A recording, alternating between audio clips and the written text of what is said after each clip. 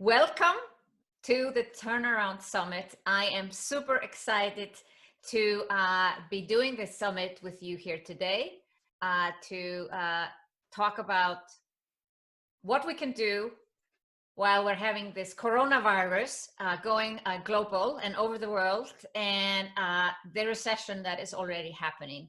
And with my first guest today is Gisli Olafsson.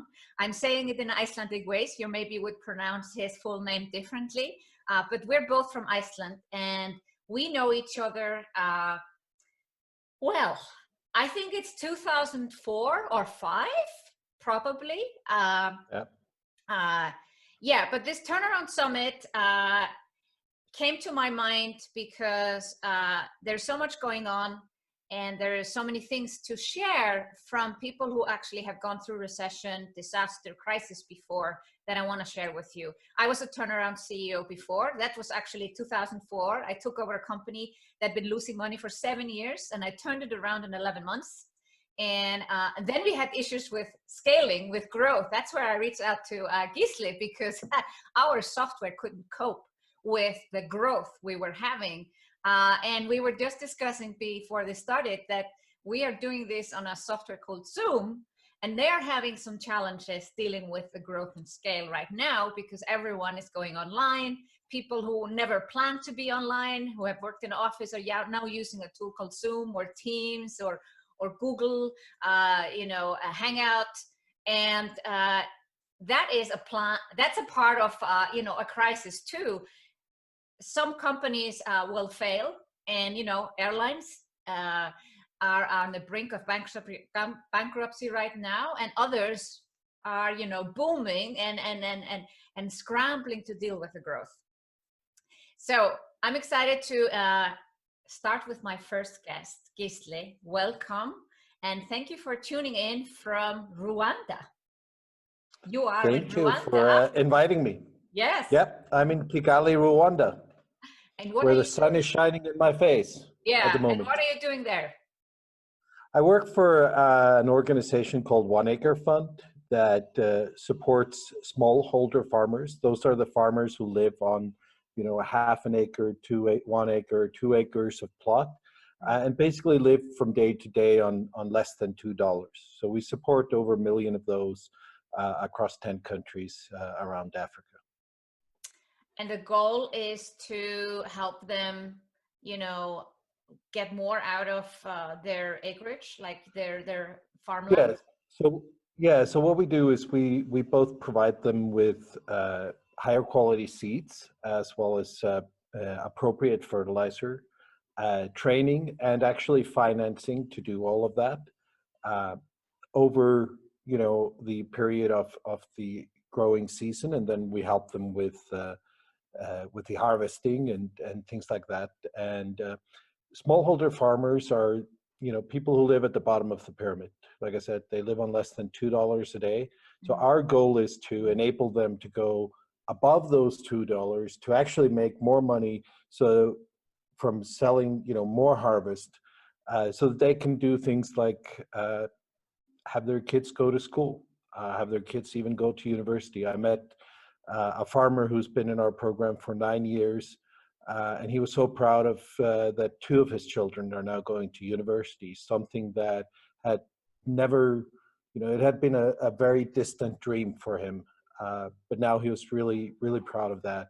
But also proud of the fact that he was teaching his fellow farmers in his area how to use mobile money on phones. And here was a farmer in his 60s, being really proud about how he's using technology in an innovative way. And it was really, really, humbling to see that and be able to be part of such fantastic work. It is, and actually, it is your birthday today.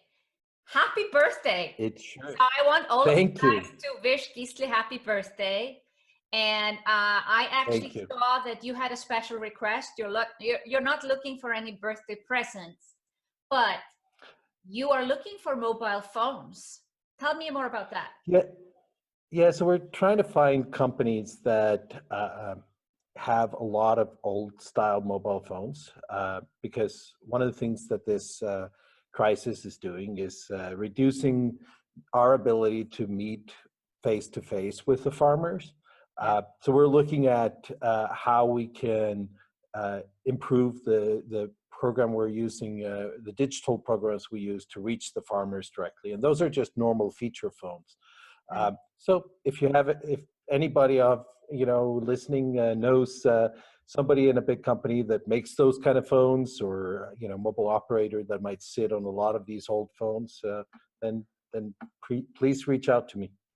Okay, we'll put out the word. We're putting out the intention that someone comes back to you today on your birthday with these old feature phones to give to the farmers in Rwanda, so you can also contact them, because the crisis is going to hit in Rwanda too. You said you have 11 cases now, and it's kind of coming. It's coming. Yeah, we've kind of known that it was coming to Africa as well, and for the longest time it was kind of one case here and one case there. But now in a span of less than a week, we've gone from the first case here in Rwanda to 11 cases. Now the good news was there were no new cases yesterday. They're closing down all air traffic. They're closing down all schools, getting people to use sanitizers. Restaurants can only do deliveries, or most of them. So hopefully, they will be able to reduce the spread. But the danger in places like Africa is that we all talk about flattening out the curve in order to enable the healthcare systems to deal with what's going on. The problem here is that the level of what the healthcare systems can do, even in normal times, is extremely limited. So that's kind of what the big fear everybody has about if this spreads, rapidly across Africa, that it's going to affect a lot of people who have no access to healthcare systems, or very limited. Yeah. So we met through IT. You were a chief technology officer of Microsoft Iceland, and we were having issues with scaling, which Zoom and Microsoft also have today. So that's kind of a deja vu we're having right now. But you were also did you head up the rescue and search team, or you were kind of in charge of some searches there? So can you explain a little bit your connection to disasters, and why, I asked you here because you are an expert in crisis management, and it comes from all the disasters that happen in Iceland. Yeah, so in Iceland, we have a big tradition around volunteering for helping others. We have over 3,000 search and rescue volunteers who are on call 24/7 all around the country to respond, whether it is searching for a missing person or responding to a disaster. And I started out as a search and rescue volunteer back in 1994, and quickly discovered, though, a few years later, that I was better at telling people where to run up a mountain than necessarily running up the mountain myself. So I moved into what's known as incident management, managing the incidents, and did that first just regionally in the Reykjavik area, then nationally all across Iceland, and then that moved into doing it internationally with the UN. I became the team leader for our urban search and rescue team, which is a team that gets deployed when there are big earthquakes around the world. So I led the Icelandic team there to Haiti in 2010 for the big earthquake there. Yes, when we met, I was in IT, but I was lucky that in 2007, I was given the opportunity to kind of combine those two passions of my life, technology and disasters.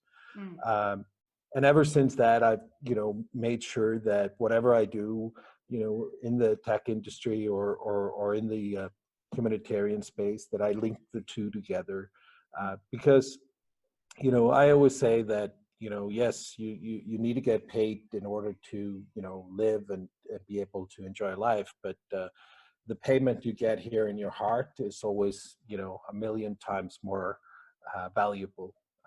And, back in, I think it was 2010, I was given an opportunity to go back and do product development at Microsoft. And I was like, I've done that before.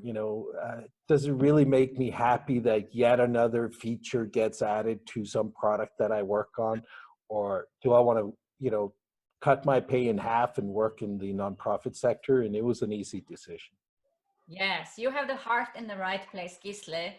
And you have a thing or two to say about how it is to be a leader in a crisis. So when you say you have helped the UN and the World Health Organization, you've been pulled out to help in a crisis. You said you basically overnight you flew from Iceland to Haiti to help there.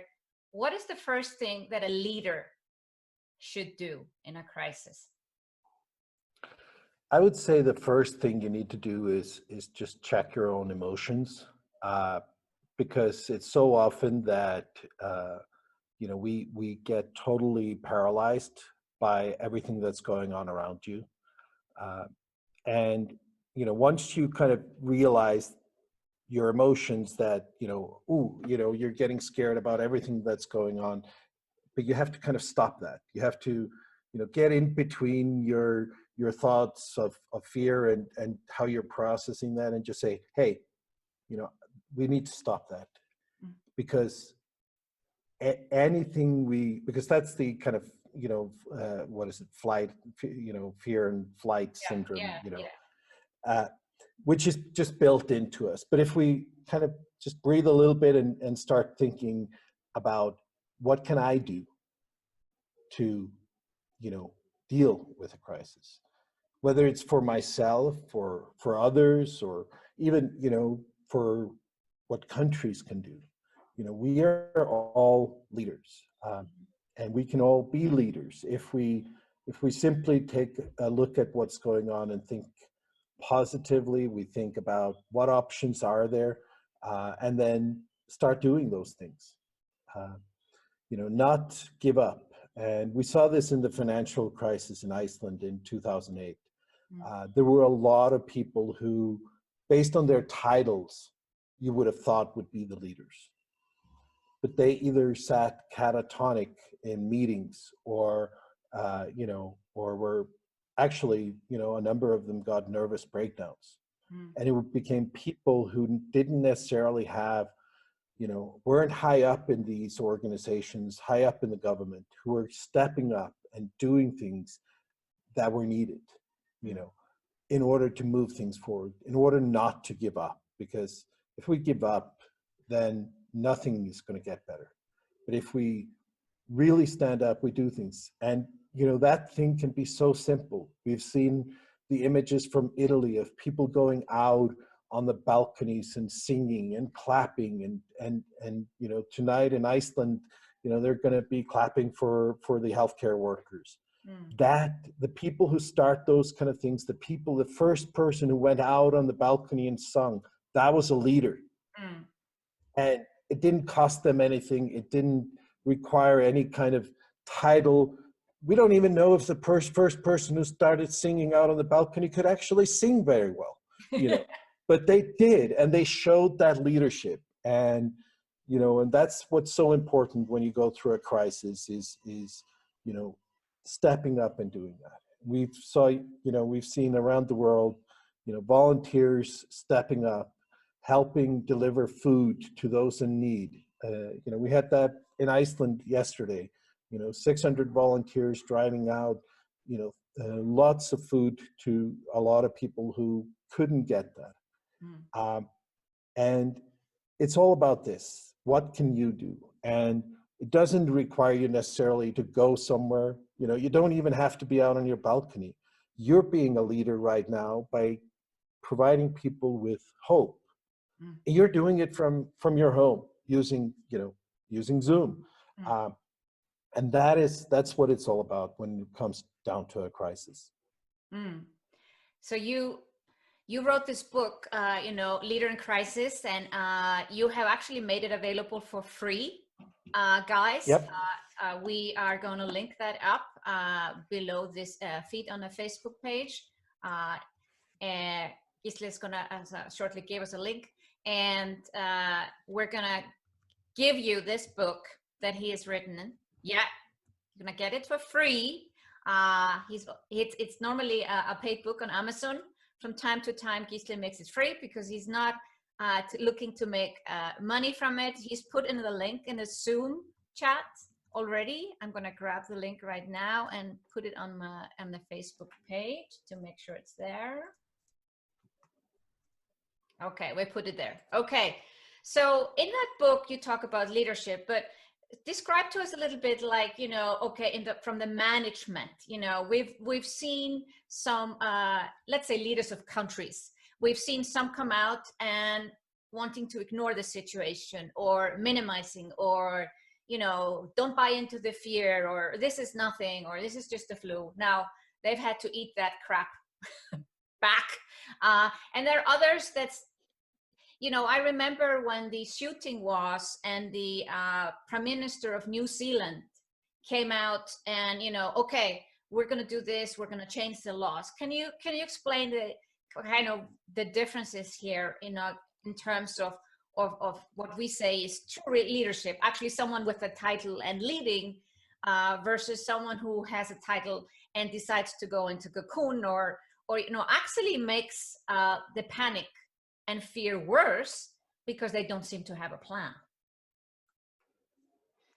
Yeah, it's an interesting thing that you mentioned. You know, the leaders, the ones who have the titles, whether it's presidents or prime ministers or any of those you know, people. You see people who really rise up and, you know, really put the nation or those that they serve beyond anything else. And then you see those that are more their own situation.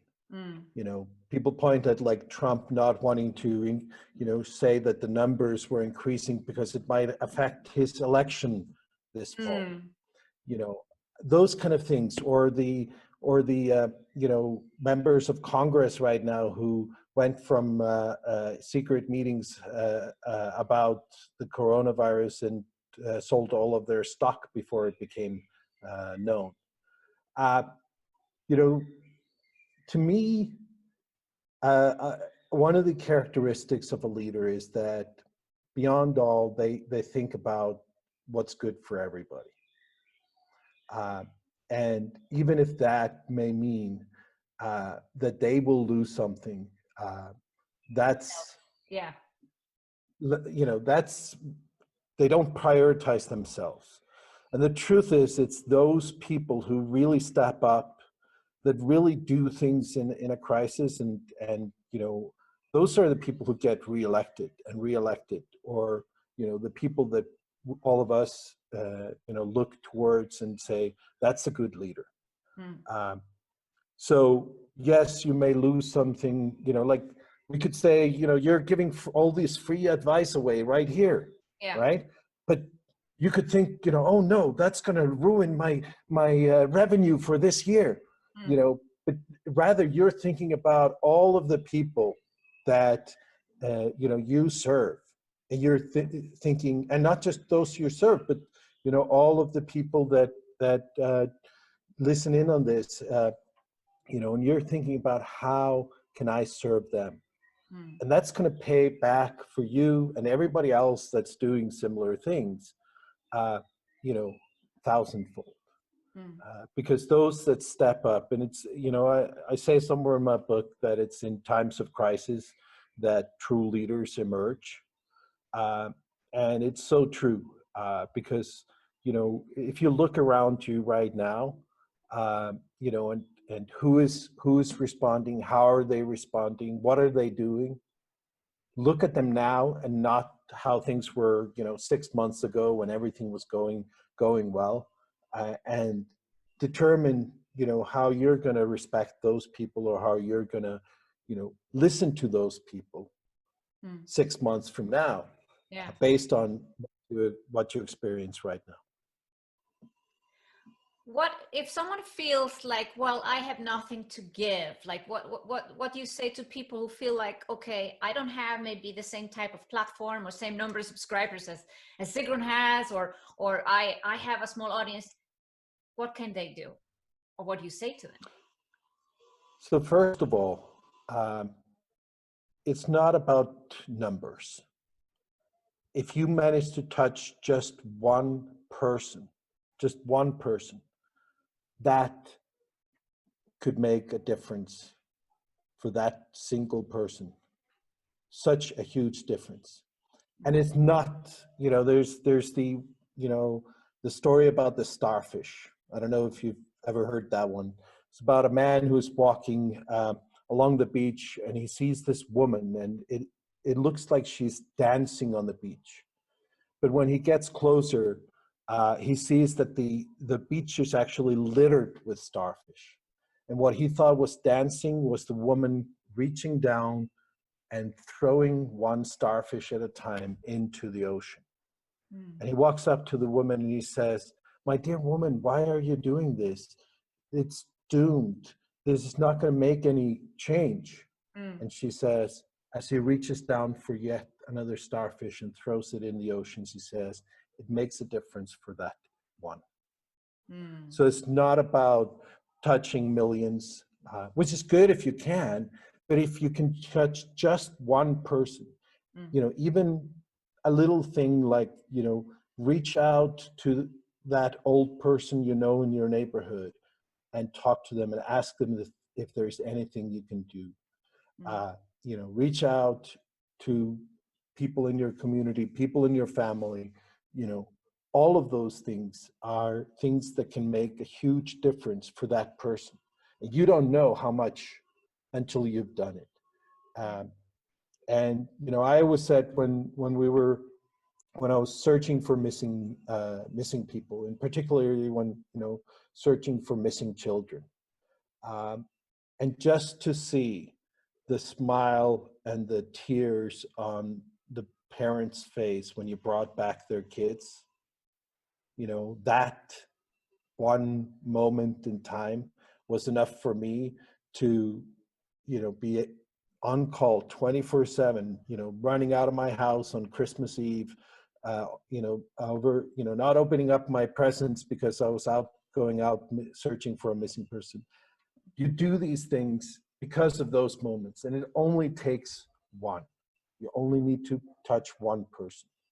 So, you know, don't worry about the numbers. Yes, you know, Sigrun can amplify your numbers because, you know, she has you know, a good network, but all of us can touch, even if it's just one person, you know, and just remember, you know, that you can make a difference in their lives, and that one little moment can change their lives forever. Oh, that's beautifully said. Beautifully said. So explain to us what the disaster expert does, like, because to me, I find what's happening right now, I feel there's a lot of collaboration going on, and maybe it's another part of what I'm seeing. I'm seeing the worst and the best in people coming out in a crisis. What can someone who is in a position of, I don't know, in a network, you know, do to make sure that, you know, we collaborate more? Because that's what's happening. I am getting messages and emails left and right since I announced this turnaround summit of people who want to contribute. And I would say it is the crisis that's fueling it. It's not, it wouldn't happen. I guess I would also get some requests, but it's somehow double because of what's happening. People want to contribute. When someone is doing something good, they want to be part of it. Or the self-made fund we announced, people say, how can I contribute? So how can someone like amplify it or manage this as a like you did, you know, when you say you go into Haiti, you're better at organizing people going onto the mountain than going on the mountain yourself. How can we translate that to someone right now who has, even if they don't have a big audience, what can they do? What can they, is it about managing resources, or can you explain that to us? Yeah, so there was a very interesting study that was done a few years back from Stanford, and it was the social innovation part of Stanford, and they created this term called collective impact. And what they realized was that when two organizations started working together towards a joint goal, the outcome, the result, the impact of that was not the adding one impact to another.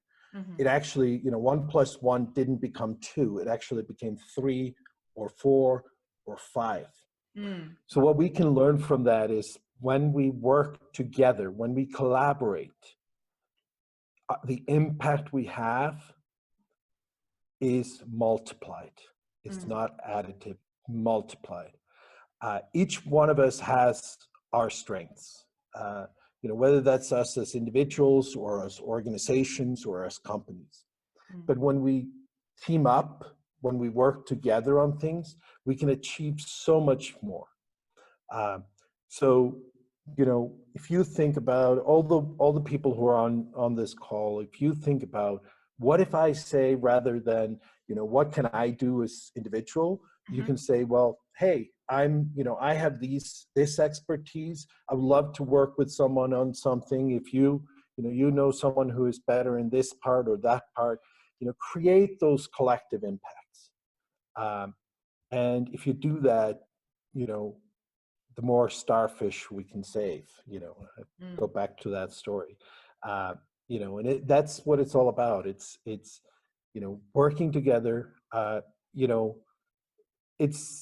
It's something that we didn't even, we don't even have to, make this up ourselves.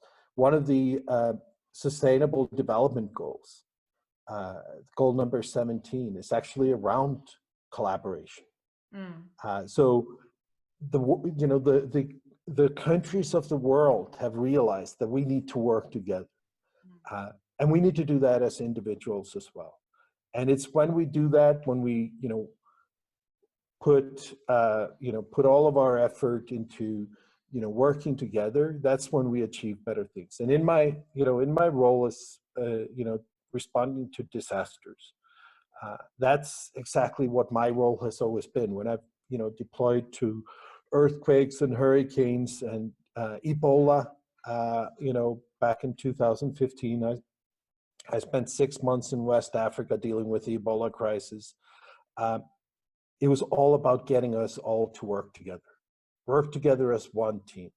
And at that time, I was working with a lot of NGOs and the UN, and shirts with logos on, and everything is very well marked when you're sending things around. But the way we described it was, it didn't matter what equipment we were bringing in, from who it was. What we just picked the team at and install and do those things regardless of the logo of their shirt and regardless of the logos or the organization that we were supporting. And by totally ignoring all of those things and just going and working together as a team, we were able to do things that people thought we were crazy. But when they saw what we were doing, you had the likes of Mark Zuckerberg, Paul Allen, Bill Gates, Sergey and Larry at Google put millions of dollars into the work that we were doing, because they saw that we were delivering, and we were delivering because we were working together. I want to talk about the Ebola. I recently watched the Inside Bill Gates' Brain. If you haven't watched that on Netflix, I highly recommend you do. The guy is a genius, and he has made his mission to, eradicate polio, and now he's very involved in the coronavirus. And actually, he resigned from the board of Microsoft in order to focus on the coronavirus, both, in his time and money. And it's great. You know, you worked at Microsoft. I used to be a Microsoft partner when I was running my company, my software company. It is beautiful to see this genius mind, you know, because I think also his time, not just his money. I think money is one thing, but you need genius minds to come together to help us solve this situation. But you said, we spoke recently together, and you said this was about to happen because you were around the Ebola crisis in Africa, and everything we know about viruses, or not everything, but a lot of what we know about viruses and how they spread is from the Ebola crisis in Africa. And that's a lot what Bill also talked about in the series. Can you tell us why this was about to happen? Why were we about to get this over us? And another thing I want you to watch is a TEDx talk with Bill Gates about, he is telling in March 2015 that we should not be worried about war, we should be worried about a virus. Gisli, explain this to us. Yeah, you know, viruses have been with us for centuries. You know, there are still a few people around who actually, you know, lived through, even though they probably don't remember it, but lived through the Spanish flu in 1917. But, you know, we've had these plagues before. Actually, the word quarantine comes from the Italian word for 40 days and 40 nights, which was what the ships that came into Venice had to wait during the time of the Black Death plague. So this has been happening again and again. In 2009, we had the swine flu outbreak, and you know, some of you may recall that. At that time, I spent six weeks, you know, sitting inside the WHO offices and see what was going on from their side. We were lucky at that time because the swine flu, you know, wasn't as contagious and as deadly as the one that we're dealing with now. So it was kind of a practice run.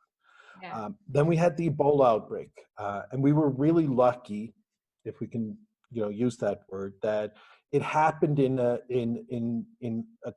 set of countries that don't have a lot of people traveling outside of that country. So yes, we had some cases go over to Nigeria. We had a couple go, you know, one or two go to the US and one to the UK, but those were all caught very quickly. We were also lucky by the fact that in Ebola, you know, you don't become someone who can infect others until you start having a fever. So, you know, if you were, and when we were working there, we were basically measuring our temperature twice a day. I somewhere have this book with all my temperature twice a day for 6 months. It's an interesting, you know, exercise for a data nerd like me. But, you know, we knew this was going to happen someday, because what you have today is a world that is so connected. And I'm not talking about the internet. I'm talking about, people flying all over the world all the time. It's one. And that is the dangerous thing. It only takes one person. Yeah. And then, you know, you had these conditions in Italy and you know, Austria and other places where that one person ended up coming somewhere where there was a lot of people from all over the world. So those people then flew back home, you know, and started spreading it as well. And, you know, we're going to have these kind of epidemics, pandemics happen again and again. This is the first one we experience. You know, like I said, there's a couple of 100 and some year olds that remember or don't necessarily remember, but were alive during the Spanish flu. We haven't really experienced, you know, one that spreads so fast and has this much effect. You know, we talk about the fact that, you know, it may kill 5% or 1% or 2% or 3%, you know, whatever the mortality rate is. those are the dangerous pandemics. Ebola kills about 50%. And because it kills about 50%, uh, it kind of kills itself I because see. it's, starts, you know, it limits people so quickly. And there have been more deadlier viruses that have been like this one, or like Ebola, high mortality rate, so they kind of kill themselves. Mm, Um, so it is something I don't know if we will experience it again in our lifetime, mhm. but it is something that us as humans will experience on a regular basis. And as the world has become smaller, this really is causing us to be more prone to these things. But it comes back to leadership again.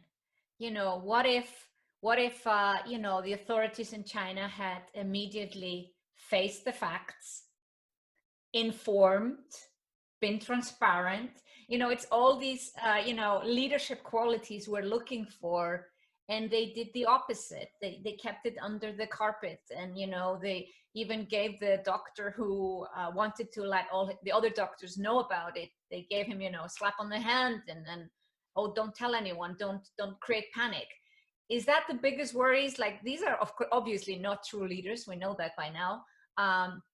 But that's kind of the biggest danger, I feel, is when we don't have the right leaders in place. It's when it's can spread. Yeah, and you need good leaders. You need good healthcare systems so that you can actually and stop the spread as early as possible. I mentioned earlier, Ebola went to Nigeria. Nigeria has been working on eliminating polio. Another program that Bill Gates is funding. Mm-hmm. They actually just took their polio tracing program and made it into an Ebola tracing program. And they stopped the outbreak there in actually just a couple of weeks by tracing everybody, stopping everything, isolating everybody. And so there you had not just leaders at the national level, but also leaders within the health community who understood what this is all about. Um, and, you touch upon a very important quality of leaders in my mind, and that's transparency.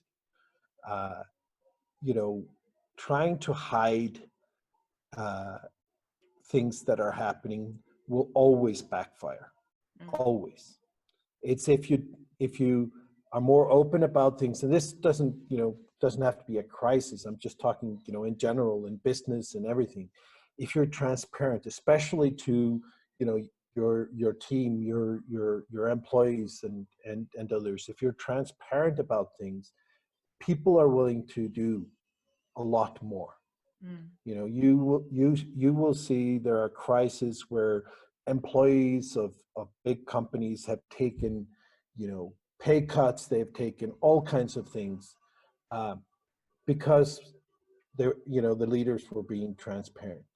Yeah. And then you have others where, they weren't transparent. They ended up laying off a lot of people and then paying themselves, huge bonuses. Yeah.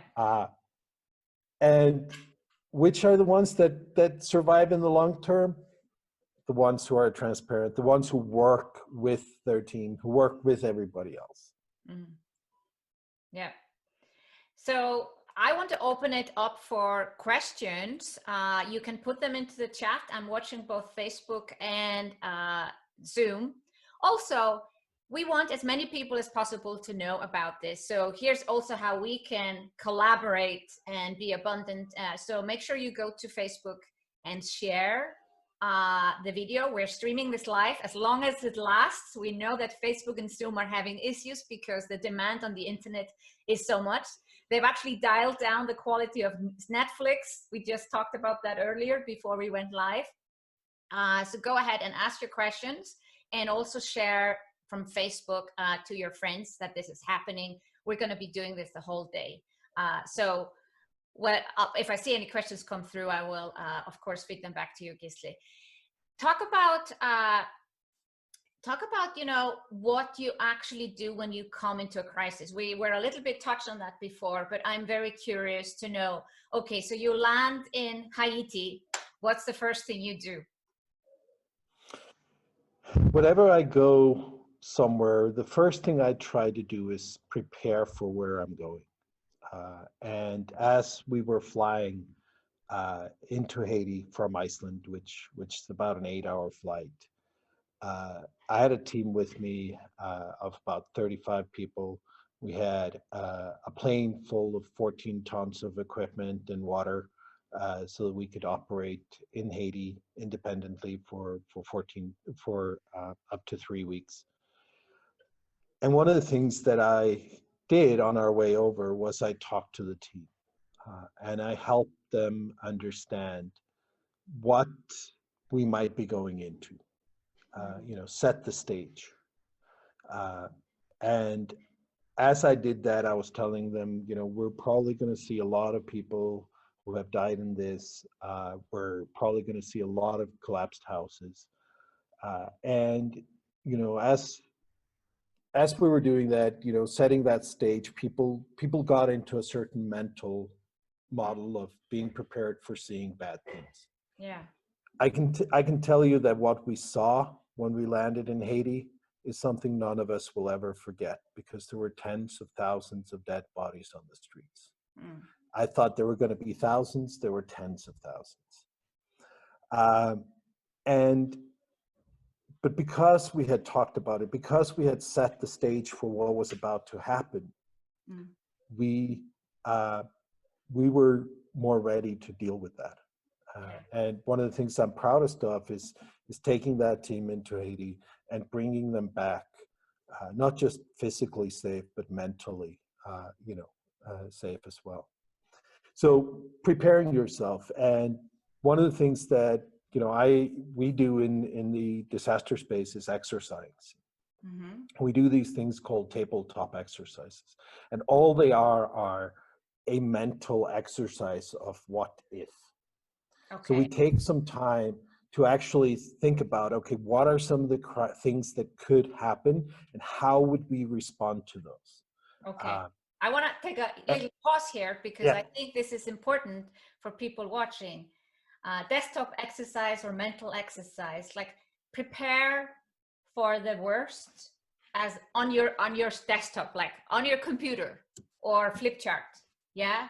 So, and you just run through it. You write something down, or just in your mind, or talk through it with people? It varies between what we're doing, but basically we set up scenarios. What if this would happen? What if, and if in your business, you need to do this as well. Like, what if nobody buys my course? What am I going to do?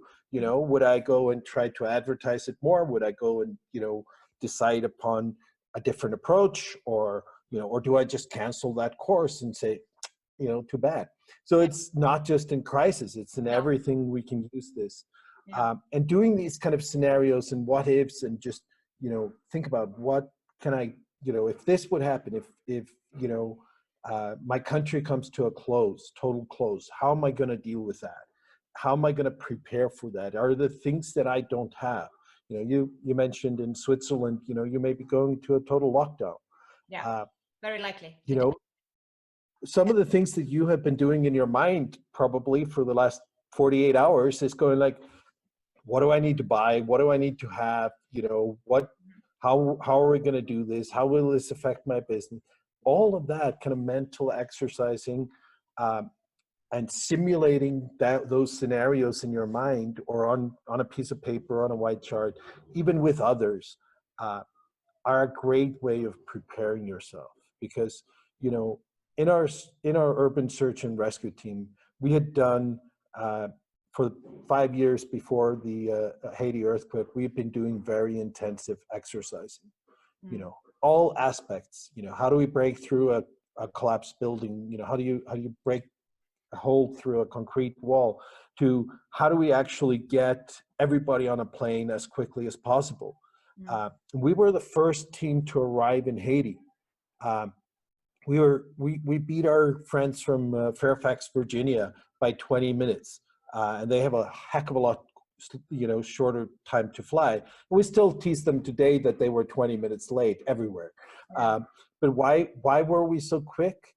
Because we had just a few months earlier gone through, not the desktop exercise, but a whole, in-person exercise of packing everything, getting everything ready, having everything, ready to go on a plane. Mm. And when the call came, it became very simple because people knew exactly what to do. And we had, we had run into the walls, as you say, already, and figured out the ways around those walls. The So question that comes up for me here is that, okay, you do these mental exercises, but you kind of, it feels like you accept that is a possible outcome. I have the feeling, interacting with some people in the past week, it's only been a week, imagine that, since our world changed, that there is kind of like, oh, if that happens, then I don't know what to do. There's like this helplessness versus resourcefulness. So does this come from your experience in being a rescue and search team, that there's always a way, there's always, like, you have resources at hand, or how do you mentally prepare for that? I think maybe not thinking there's always a way, but rather thinking there always has to be a way. There always has to be a way.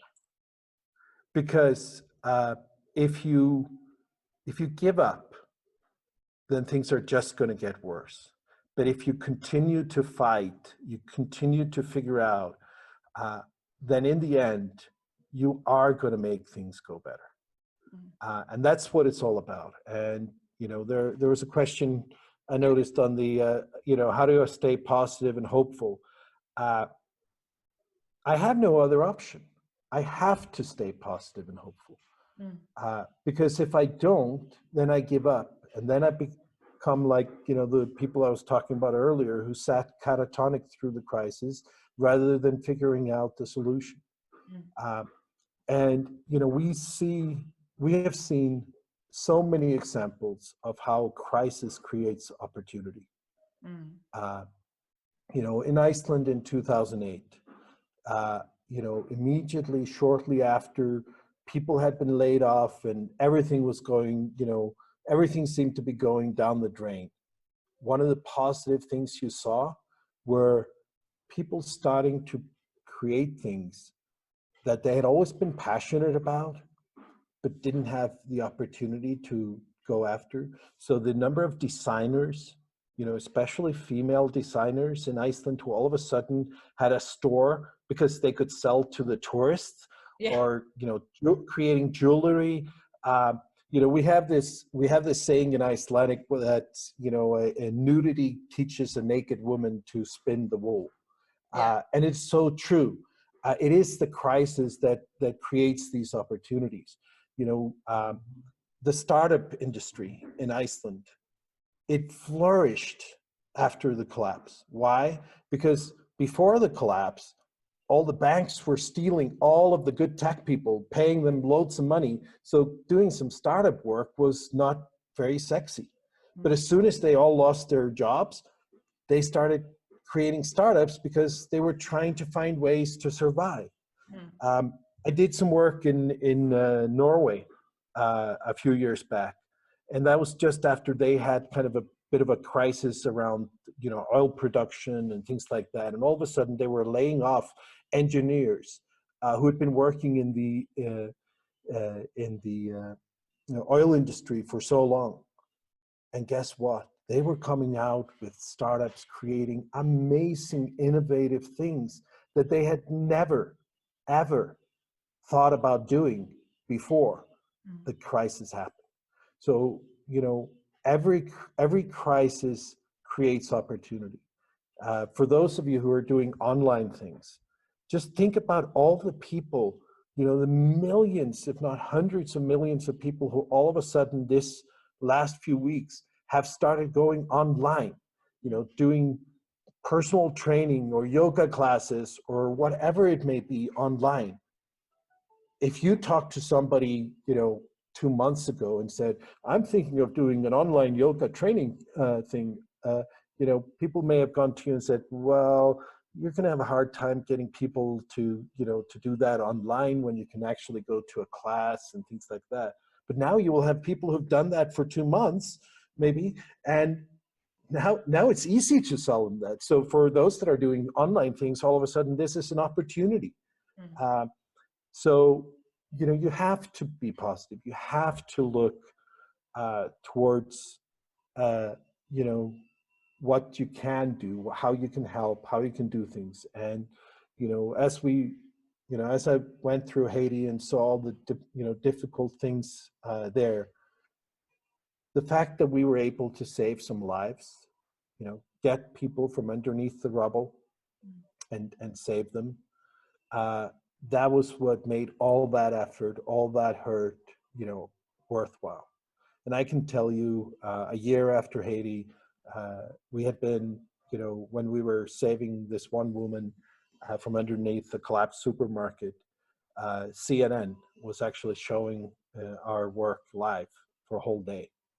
And a year later, they reached back to us and said, well, we tracked down the woman and she would really like to talk to you. And we did a Zoom meeting like this one.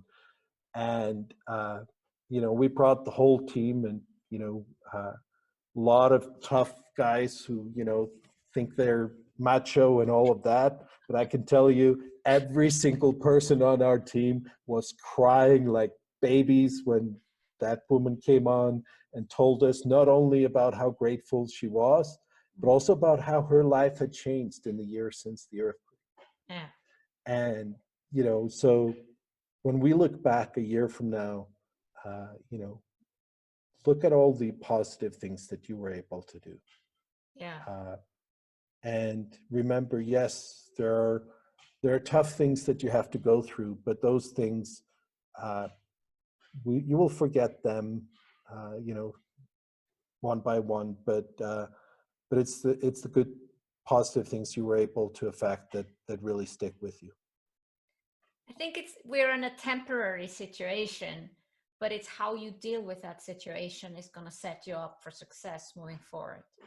Is there anything you do to, there's a lot of talk, especially, I work with female entrepreneurs mainly, and self-care is something that comes up time to time. What do you do for yourself to maybe stay so calm like you are? What do you do? I wish I could say I was doing endless yoga and mindfulness and meditation and all that. I do read a lot. That helps me. But I think, in general, it is about taking care of yourself. And I always, pointed to this, and I wrote about this in my book as well, is that, your body can only take so much during a crisis. And you will see that a number of the people who are responding to this crisis and are at the forefront, whether it's, some of my friends who are running the response in Iceland, or some of the few people behind the scenes that are running good things in the US and other places, if their bodies aren't in good shape, if they haven't thought about taking care of themselves, that will backfire. So, you can think about it in a way that, every time you go and you go to the gym or you do your yoga class or mindfulness, you're just getting yourself ready for dealing with the next crisis. Because it's not just the body and mind, it's not just the mind, it's also the body that you need to think about.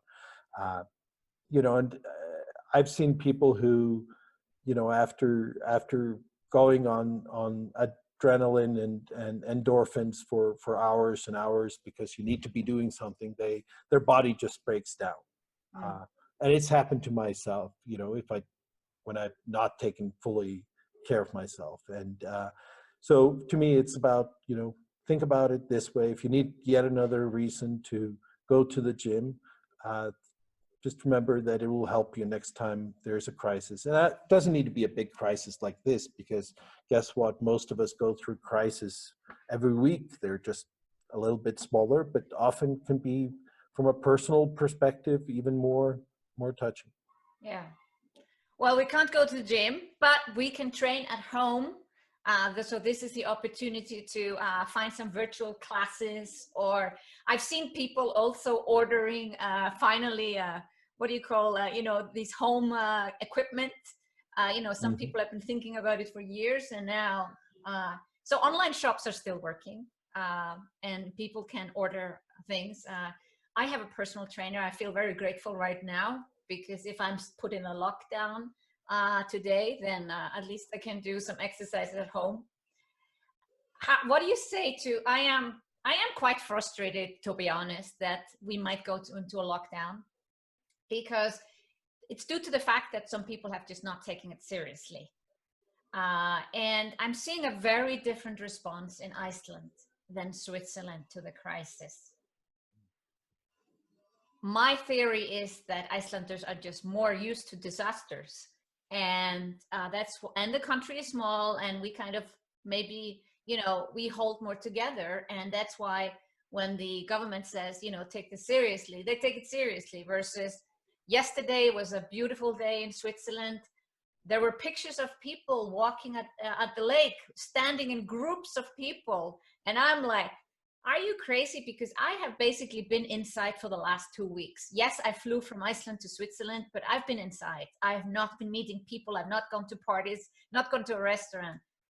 What do you say to this difference? I think, yeah, in many ways, and this may be cultural differences, that affect this. But, one of the things that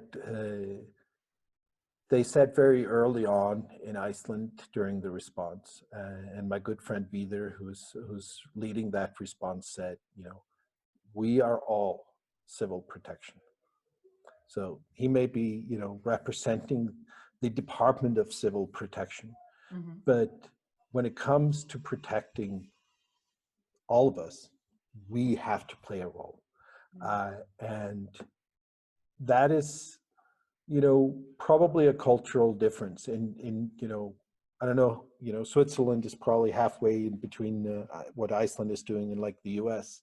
In the US, this sense of, community, this sense of doing what's right for everybody is totally lost. And, we are experiencing, a lack of community in general in our lives.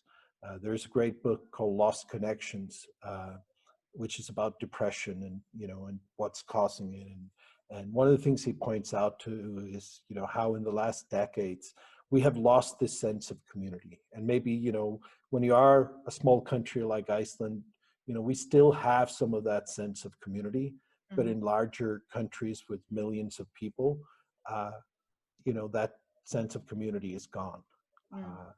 And for us. Oh, frozen. I think we just lost Gisli. You're back. Great. And now I'm not on mute. I said the internet in Africa, you can't really trust it all the time. No. But it's much better than a decade ago. Gisli, we just want to wrap it up. Thank you so much for joining us today. We have our next guest coming on now. Gisli, it's been a pleasure. Wonderful, beautiful feedback that people have for you in the chat. So take a moment to you can also hop on again if you want to listen to our guest. Thank you for being with us today, Gisli. It's been a pleasure. Thank you for inviting me, and thank you for all the great work you're doing for everybody by, making them think positive. Thank you so much. Thank you.